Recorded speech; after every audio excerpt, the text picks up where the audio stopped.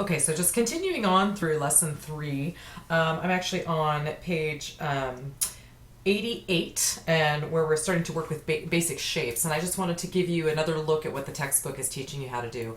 They first bring your attention over here to the toolbar where you are going to be working with your drawing modes. And mine are actually not looking correct at this point. Let me move to a two-panel view and see if that helps.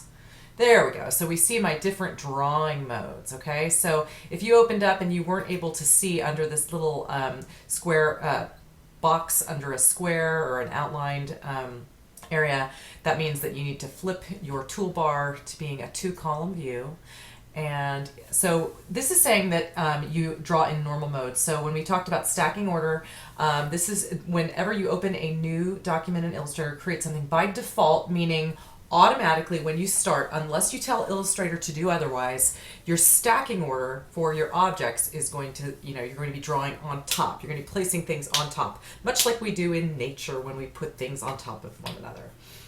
This mode here is to draw behind, meaning that if we draw in this mode, that the objects that we place the stacking order will be reversed, meaning that when we draw, we're drawing behind objects. So let's switch to that and just see what happens. When I go to my rectangle, I place one here, and it's filled with black. And I'm going to change some color here to a different color just for the sake of example. And I'm going to deselect that, grab my rectangle, change the color again to this color. When I go to draw, because I'm in draw behind mode, rather than putting the object on top, it has put the object behind the other.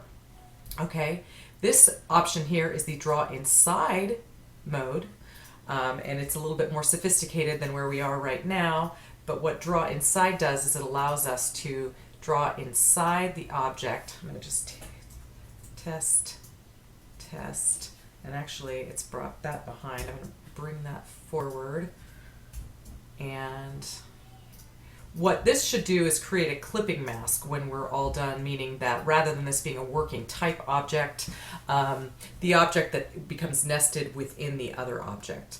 But we won't spend too much time on that today, but I just wanted to give you an orientation to that.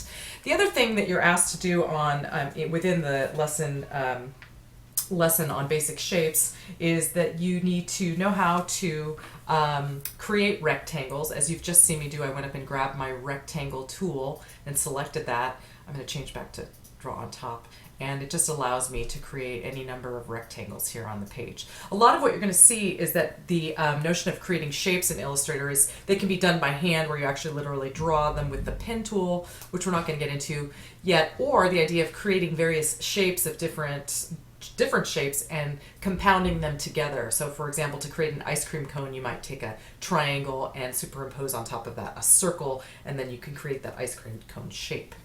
One of the things that they do ask you to do that I worry might be a little confusing is they want you to change the color of the fill of an object, and they refer to the fill color option on the control panel.